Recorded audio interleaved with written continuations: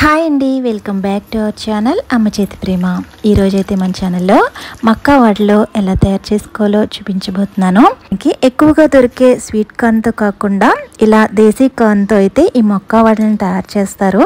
మనం చేసే విధానాన్ని బట్టి ఇవి చాలా క్రిస్పీగా ఉంటాయి, అలాగే టేస్టీగా కూడా. సాయంత్రం మాటలు టీ టైం స్నాక్గా అయితే ఇవి మంచి ఆప్షన్ అని చెప్పచ్చు. వీటి కోసం అయితే ఇక్కడ చూపిస్తున్నట్టు దేశీ కార్న్ అయితే తీసుకోవాలి.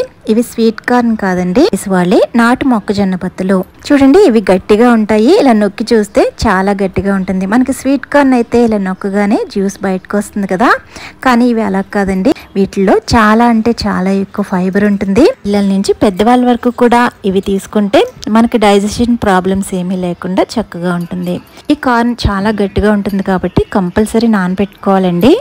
చూడండి, ఇలా ఒలుచుకున్న ఈ మక్కల్ని వేడి నీళ్ళు వేసి ఒక 3 గంటల సేపు నానబెట్టుకోవాలి. ఇన్ కేస్ మీరు లేతవి తీసుకుంటే కనుక 1 గంట సేపు అయినా నానబెట్టుకోండి. చూడండి, నేను 3 గంటలు నానబెట్టిన తర్వాత మీకైతే ఇప్పుడు చూపిస్తున్నాను. చూడండి, ఇలా నానబెట్టడం వల్ల ఇవైతే కొంచెం గట్టిగా కాకుండా కొంచెం మెత్తబడతాయి. ఇలా తీసుకున్న ఈ మక్కల్ని ఒక జాలిగరిట్లో వేసుకుని వాటర్ ఏమీ లేకుండా పూర్తిగా వడగట్టుకోవాలండి. మనం మిక్సీ జార్లోకి వేసే ముందే వీటిలోని వాటర్ అంతా బయటికి పోయేటట్లు చూసుకోవాలి. దీన్ని ఇప్పుడు పక్కన ఉంచుకుందాం. ఇప్పుడు ఒక మిక్సీ జార్ తీసుకుని దీనిలోకి 2 టేబుల్ స్పూన్ల వరకు ధనియాలు, టేబుల్ స్పూన్ సోంపు, అలాగే మరో 1 టేబుల్ స్పూన్ వరకు జీలకర్ర కూడా వేసుకుని మీకు కారానికి తగ్గట్టు 5 నుంచి 6 నేను ఇక్కడైతే పచ్చిమిర్చి వేస్తున్నాను. మనం తీసుకున్న ఈ క్వాంటిటీకి ఇవి సరిపోతుంది పచ్చిమిర్చి. మీరు ఇన్ కేస్ పెంచుకోవాలంటే పెంచుకోవచ్చు. చూడండి, ఈ విధంగా మిక్సీ పట్టుకోవాలి. మిక్సీ పట్టుకున్న తర్వాత పక్కన వాటర్ ఏమీ లేకుండా వడగట్టుకున్న ఈ మొక్కలను అయితే ఇందులో వేసుకోవాలి. ఇక్కడ మీరు గుర్తుపెట్టుకోవాల్సిన విషయం ఏంటంటే ఇది మిక్సీ పట్టేటప్పుడు అస్సలు వాటర్ వేయకూడదండి. ఇందులో ఉన్న వాటర్తోనే ఇది చక్కగా నలుగుతుంది.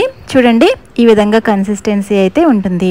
మీకు ఇన్ కేస్ బాగా గట్టిగా ఉంది అనిపిస్తే కనుక ఉల్లిపాయని ఒక 1/2 ముక్క వేసి మిక్సీ పట్టండి, సరిపోతుంది. అంతేగాని వాటర్ మాత్రం వేయకండి.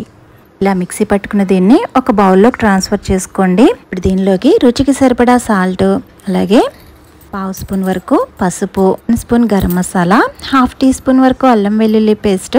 ఇప్పుడు ఇందులోకి చిన్నగా కట్ చేసుకున్న కొత్తిమీర, పుదీనా, అలాగే కరివేపాకు కూడా వేసుకోండి. ఇక్కడ క్వాంటిటీ మీ ఇష్టం అండి, కొంచెం ఎక్కువ వేసుకుంటే టేస్ట్ బాగుంటుంది. ఇప్పుడు చిన్నగా కట్ చేసుకున్న ఒక మీడియం సైజ్ ఉల్లిపాయ 1/2 ముక్క వరకు వేసుకుని ఇదంతా కూడా బాగా కలుపుకోవాలి. ఈ రకం వడల్లో బియ్యపిండి, శనగపిండి ఏమీ వేయరండి.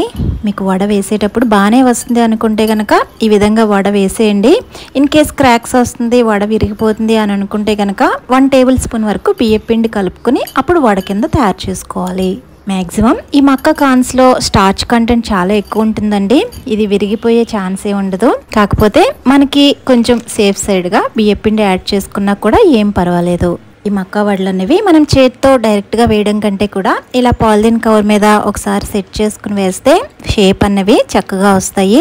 చేతికి ఆయిల్ కానీ వాటర్ కానీ అప్లై చేసుకుని ఈ విధంగా ఇక్కడ చూపిస్తున్నట్టు రౌండ్ షేప్ వచ్చేటట్టు చుట్టూరు కూడా సెట్ చేసుకోవాలి. ఈ వడలు అనేవి మనం ఎంత పలుచగా ఒత్తుకుంటే మనకి ఫ్రై అయిన తర్వాత అంత క్రిస్పీగా వస్తాయి. ఇది మాత్రం గుర్తుపెట్టుకోండి. చూడండి, ఈ విధంగా చేసుకున్న తర్వాత ఆల్రెడీ నేను డీప్ ఫ్రైకి సరిపడా ఆయిల్ స్టవ్ మీద పెట్టాను.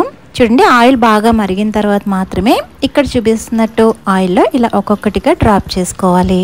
వీటిని మీడియం ఫ్లేమ్లో మంచి కలర్ వచ్చేంత వరకు కూడా వేపించుకోవాలండి. హై ఫ్లేమ్ కాకుండా మీడియం ఫ్లేమ్లోనే వేపించుకోవాలి. చాలా క్రిస్పీగా, చాలా టేస్టీగా ఉంటాయండి. టీ టైమ్ స్నాక్గానే కాదు, పిల్లలకి కూడా చాలా నచ్చుతాయి. మరి ఈ వీడియో మీకు నచ్చిందని అనుకుంటున్నాను. నచ్చితే లైక్ చేసి సబ్స్క్రైబ్ చేసుకోవడం మర్చిపోవద్దు. Thank you.